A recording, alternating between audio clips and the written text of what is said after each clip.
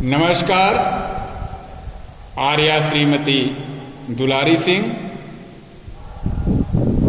College के YouTube channel पर आप सभी का स्वागत है। आज हम आपको DLED 4th सेमेस्टर विषय शांति शिक्षा एवं सतत विकास के अंतर्गत टॉपिक चरित्र निर्माण में परिवार की भूमिका पर चर्चा करेंगे।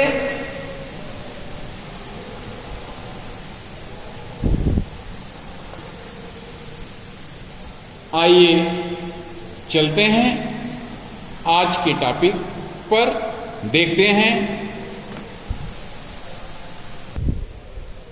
चरित्र निर्माण में परिवार की भूमिका। आज का हमारा जो टॉपिक है, चरित्र निर्माण में परिवार की भूमिका क्या होती है। जैसा कि आप सभी लोग यह जानते हैं कि चरित्र का जो विकास होता है वह सर्वाधिक प्रभावकारी होता है। जिन चारित्रिक गुणों का बच्चे में विकास किया जाता है उनका उदाहरण परिवार, विद्यालय, आसपास आज के लोगों द्वारा प्रस्तुत हो, यह आवश्यक है।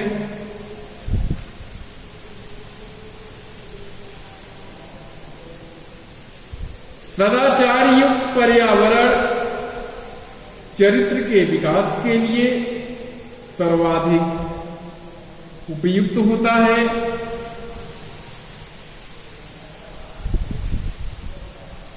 यह कार्य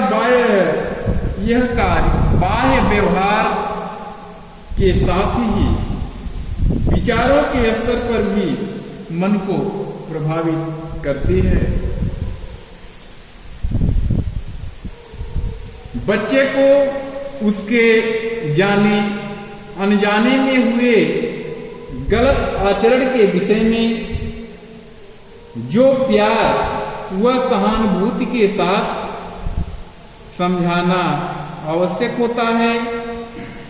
उसने जो किया वह क्यों गलत था, उसका क्या कुप्रभाव हो सकता है, भविष्य में उसकी पुनरावृत्ति न हो, ऐसा प्रयास बच्चे पर सकारात्मक प्रभाव डालता है।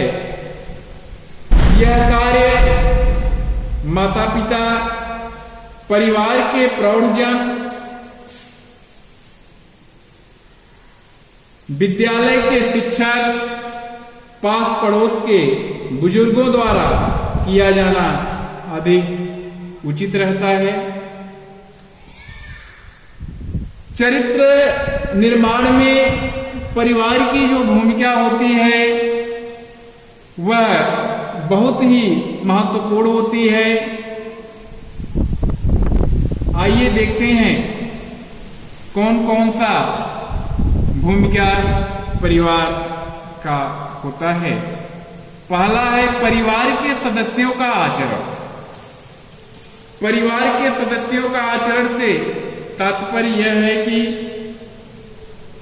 चरित्र निर्माण की दृष्टि से आवश्यक है कि माता पिता तथा परिवार के अन्य सदस्यों का आचरण उचित मूल्यों के आलोक में हो।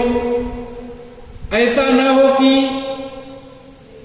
परिवार में लोग ऐसे कार्य करें जिसे समाज में अनुचित माना जाता है।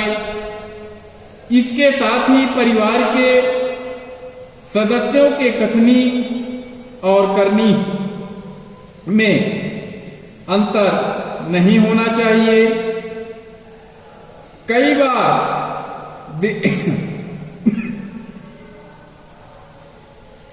बार ऐसा देखा जाता है कि परिवार में लोग बात तो चरित्रवान व्यक्ति की विशेषताओं के आलोक में करते हैं,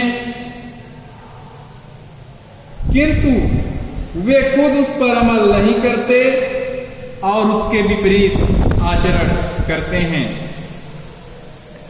परिवार के सदस्यों का आपस में प्रेम, सहयोग एवं सहानुभूति पूर्वक व्यवहार भी अच्छे चरित्र की दृष्टि से आवश्यक है।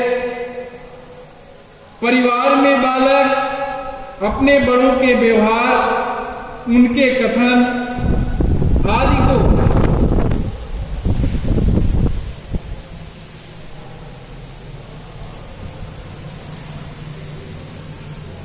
देखता सुनता रहता है। इसका उसके कोमल मन पर अमिट प्रभाव पड़ता है।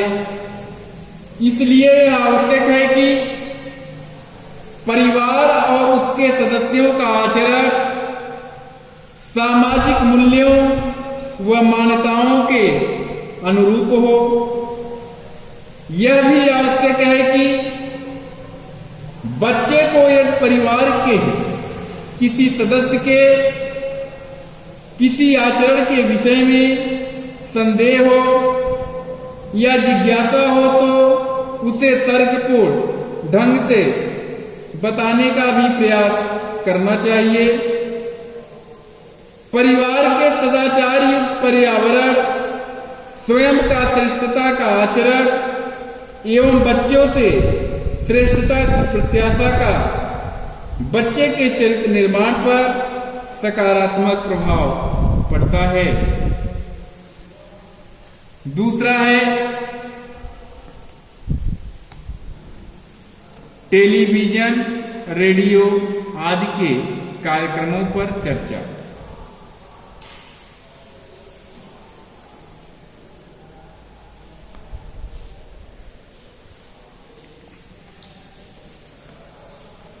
आज विज्ञान एवं तकनीकी के विकास के कारण संचार के तमाम साधन आ गए हैं। समाचार पत्र, रेडियो, टेलीविजन आदि के साथ साथ इंटरनेट के माध्यम से बच्चों को कई प्रकार की जानकारियां मिलती रहती हैं। इनमें से सभी बच्चे के आयु के आलोक में उपयुक्त नहीं कही जा सकती हैं। परिवार में बच्चों को उनके संबंध में जानकर बड़ों के साथ उन पर चर्चा करनी चाहिए। इसके लिए उन्हें उत्साहित करना चाहिए। इसके साथ ही रेडियो एवं टेलीविजन के कार्यक्रमों को यदा कदा साथ साथ सुनने व देखने की आदत भी डालनी चाहिए। इस प्रकार विभिन्न स्रोतों से प्राप्त ज्ञान आदि का विवेकपूर्ण विश्लेषण बच्चे को सही गलत की पहचान कराते हुए उचित चरित्र के विकास में सहायक सिद्ध होगा।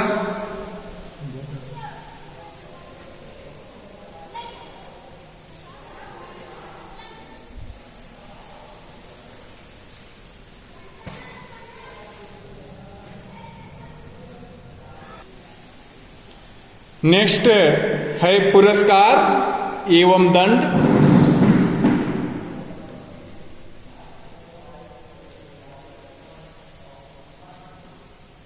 पुरस्कार एवं दंड का प्रभाव बच्चों पे पड़ता है। बच्चों के चारित्रिक गुणों पर आधारित व्यवहार की प्रशंसा और विपरीत व्यवहार की प्रताड़ना अति आवश्यक है। इस पर आरंभ से ही ध्यान देना चाहिए। प्रथम बार त्रुटि होने पर समझाना बुझाना, किंतु बार बार वही त्रुटि होने पर कठोर व्यवहार भी अनिवार्य होता है। इसी के साथ बच्चों को इस दृष्टि से तैयार करना चाहिए कि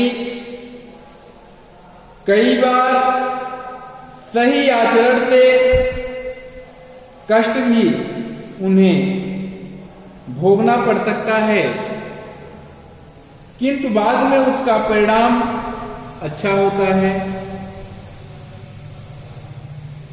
नेक्स्ट है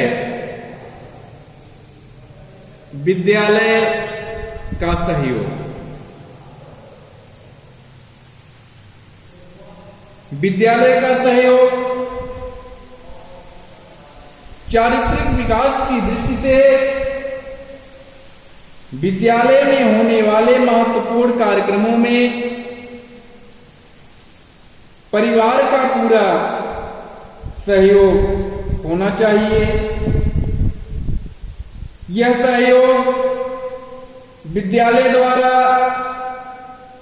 सिखाए जाने वाले गुणों का अनुमोदन करके तथा कार्यक्रमों में स्वयं भाग लेकर किया जा सकता है। विद्यालय यदि परिवार से किसी अन्य प्रकार के सहयोग की आशा करता है तो परिवार को उसे यथाशक्ति पूरा भी करना चाहिए। चरित्र के विकास की दृष्टि से परिवार के बड़े सदस्यों द्वारा संस्कार युक्त कहानियां सुनाई जानी चाहिए।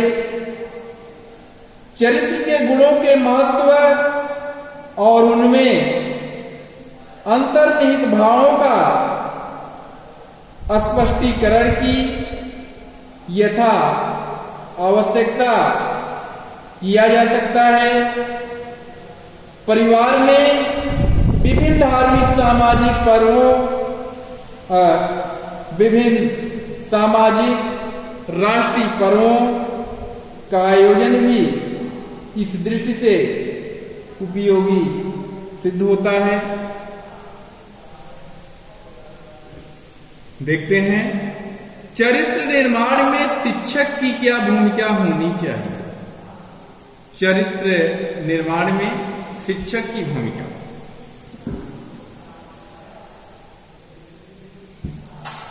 एक शिक्षक की जो भूमिका होती है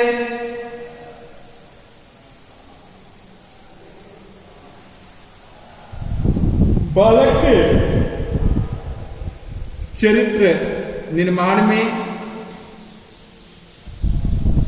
चरित्र को अच्छा बनाने में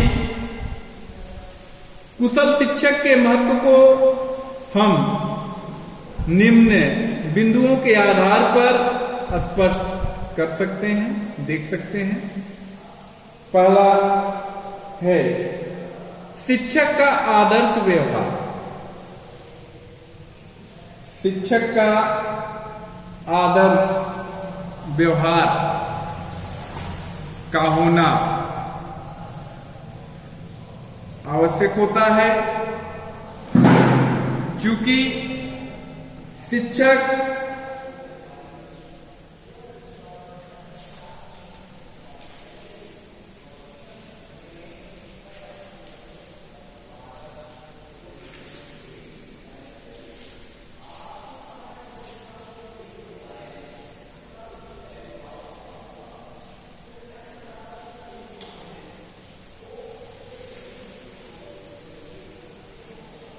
एक कुशल शिक्षक का व्यवहार पूर्णतः आदर्श एवं अनुकरणीय होना चाहिए, क्योंकि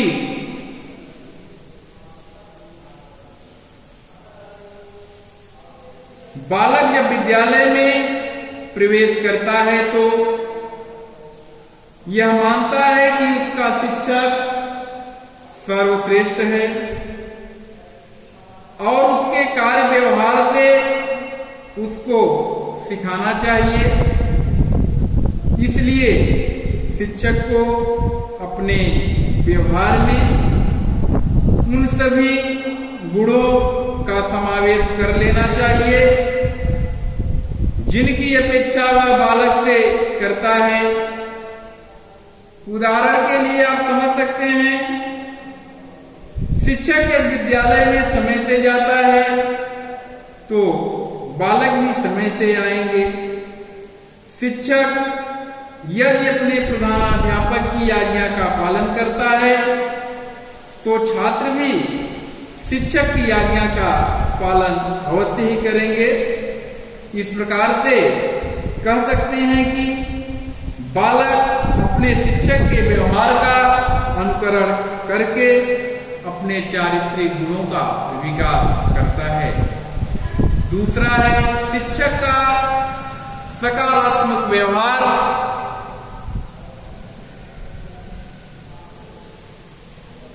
पॉजिटिव बिहेवियर ऑफ टीचर। सामान्यतः यह देखा जाता है कि शिक्षक बालक द्वारा त्रुटि करने पर उत्तेजित होकर उन्हें दंड दे देते हैं, उसे प्रताड़ित कर देते हैं, जबकि शिक्षक को इस प्रकार का व्यवहार नहीं करना चाहिए। शिक्षक के द्वारा सदैव ध्यान रखना चाहिए कि बालक की त्रुटि को सुधारने के लिए सर्वप्रथम उसका विश्वास जीतना चाहिए। जब बालक यह अनुभव करने लगे शिक्षक उसका सबसे बड़ा हितैषी है तथा उसके द्वारा बालक के हित में कार्य किया जाएगा, तब उसको त्रुटि समझनी चाहिए तथा उसको सही दिशा पर लाने का प्रयास करना चाहिए। नैतिक कार्यों को प्रोत्साहन देना।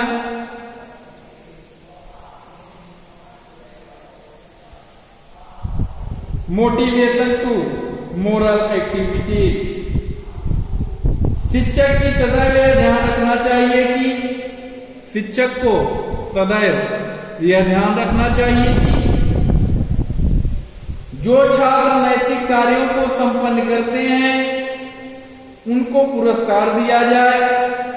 उदाहरण के लिए एक बालक तैरना जानता है तथा वह डूबते हुए बालक को बचा लेता है और एक बालक अंधे व्यक्ति को सड़क पार कराकर उसके घर तक पहुंचाता है,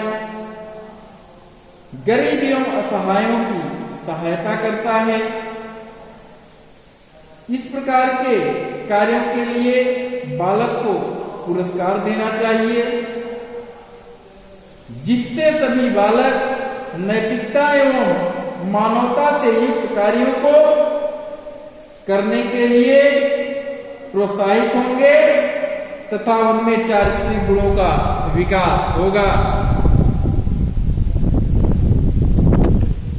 सामाजिक कार्यक्रमों का आयोजन। सामाजिक कार्यक्रमों का आयोजन। सामूहिक गतिविधियों को प्रोत्साहन। सामूहिक गतिविधियों को प्रोत्साहन। विद्यालय में शिक्षक को यह प्रयास करना चाहिए कि बालकों को सामूहिक रूप से कार्य करने को प्रोत्साहित करना चाहिए। उन्हें सामूहिक रूप से कार्य प्रदान करने पर बालकों में संवेगात्मक स्थिरता का विकास होता है। इससे प्रत्येक बालक अपने संवेगों पर नियंत्रण करता है और दूसरे के संदेहों को समझने का प्रयास करता है। इस प्रकार बालकों में विवाद के स्थान पर प्रेम एवं सहयोग का विकास होता है। सामाजिक कार्यक्रमों का आयोजन। सामाजिक कार्यक्रमों का आयोजन प्लानिंग ऑफ सोशल प्रोग्राम। विद्यालय में शिक्षक द्वारा समय समय पर सामाजिक कार्यक्रमों की व्यवस्था करनी चाहिए। सामाजिक कार्यक्रमों में प्रदर्शनी, वृक्षारोपण, स्वच्छता अभियान एवं शैक्षिक रैलियों का आयोजन किया जा सकता है। इन सभी में समुदाय के सदस्यों का सहयोग लेना चाहिए, जिससे कि बालकों को सामाजिक गतिविधियों एवं सामाजिक व्यवस्थाओं का ज्ञान हो और उनमें सामाजिक गुणों का विकास तीव्र गति से संभव हो सके। नेक्स्ट है स्वतंत्रता के अवसर। शिक्षक को बालकों पर अनावश्यक रूप से प्रतिबंध नहीं लगाना चाहिए। इसके परिणाम स्वरूप बालक के विचार एवं अंतर्निहित प्रतिभाओं को दमन करना चाहिए। प्रत्येक बालक को अपने विचार प्रकट करने के अवसर देने चाहिए, जिससे बालक प्रत्येक घटना एवं व्यवस्था पर तार्किक विचार कर सके और सही निष्कर्ष पर पहुंच सके। इस प्रकार से एक शिक्षक की चरित्र निर्माण में भूमिका होती है। आज का टॉपिक अब यहीं पे समाप्त करते हैं और आपसे इससे आगे का टॉपिक लेके अगले वीडियो में फिर मिलेंगे। तब तक के लिए नमस्कार, धन्यवाद।